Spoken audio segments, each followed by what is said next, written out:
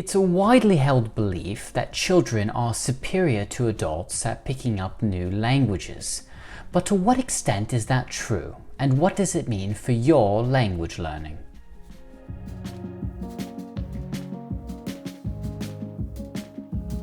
Hello, my name is Christopher and welcome to Ling, Linguistics for the layperson.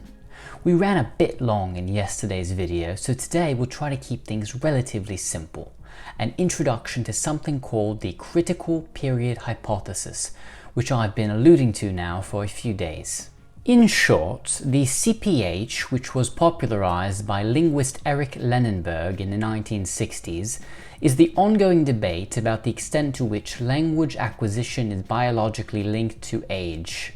For both first and second languages, it argues that there exists a window of time for full acquisition, after which point learning becomes considerably more difficult and in some respects all but impossible. Now, personally, as someone who studies the specific area of phonology in language acquisition, I'm receptive to the hypothesis because it helps address a lot of questions, including what causes foreign accents, which we discussed in yesterday's video. But I recognize that the theory is flawed and seen by many as outdated, so I'll try to present both sides. The critical period is believed to extend throughout childhood, meaning infancy to early adolescence, marked by the onset of puberty around ages 12 to 13. For the first language, it's thought that during this window, the child needs sufficient exposure in order to develop the necessary brain structures for acquisition of language itself.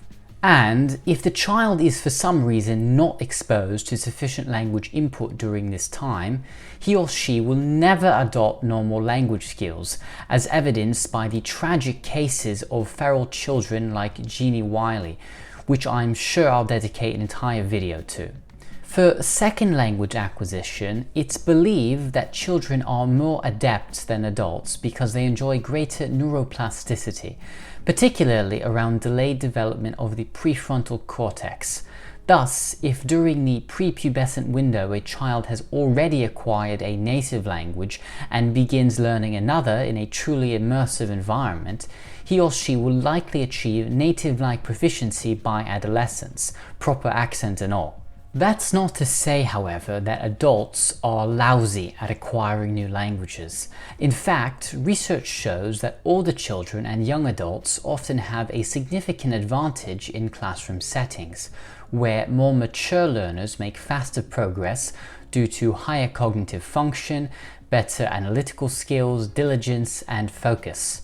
Unfortunately, this limited, perhaps artificial exposure is often insufficient to develop the proficiency characterized by children regularly interacting in, say, a new country.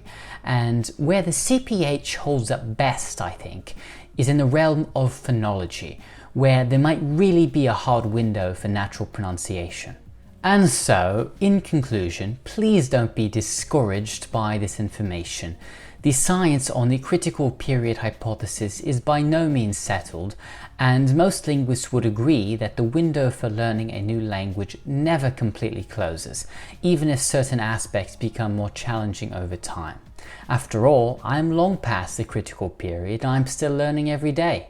Alright, that's all for today. As mentioned, this is an ongoing debate in linguistics, so please let me know what you think in the comment section below. If you're enjoying this series, please leave a like and subscribe so you don't miss out on the next video. I'd like to talk some more about phonology and neuromuscular function within the CPH. It's a fascinating topic. As always, my sources are in the description, and with that, thank you so much for watching.